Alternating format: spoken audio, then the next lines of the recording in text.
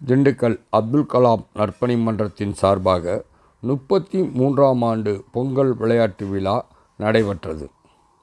திண்டுக்கல் கிருஷ்ணசாமி பிள்ளை சந்து பகுதியில் அமைந்துள்ளது அப்துல் கலாம் நற்பணி மன்றம். வருடந்தோறும் பொங்கல் விழாவினை முன்னிட்டு சிறுவர்களுக்கு பல்வேறு விளையாட்டுப் போட்டிகள் நடத்தப்படுவது வழக்கம். இந்த ஆண்டும் பொங்கல் விழாவை முன்னிட்டு திண்டுக்கல் மாவட்ட கால்பந்து கழக செயலாளர் சண்முகம் கலந்து கொண்டு விளையாட்டு கொடியினை ஏற்றி வைத்தார். அதனைத் தொடர்ந்து அப்பகுதியைச் சேர்ந்த 22வது வார்டு மாமன்ற உறுப்பினர் செந்தில்குமார் ஆகியோர் அப்துல் கலாம் திருவுருவப் படத்திற்கு மாலை அணிவித்து குத்துவிளக்கு ஏற்றி வைத்து விளையாட்டு போட்டிகளை தொடங்கி வைத்தனர்.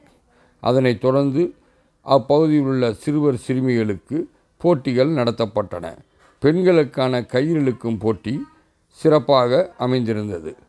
முதல் போட்டி பெண்களுக்கான கயிறிழுக்கும் போட்டி நடைபெற்றது.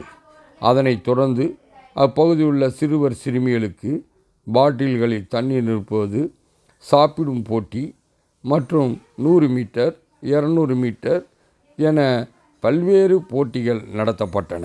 இப்போட்டிக்கான ஏற்பாடுகளை அப்துல் கலாம் நற்பணி மன்ற செயலாளர் சிவக்குமார் சிறப்பாக செய்திருந்தார்.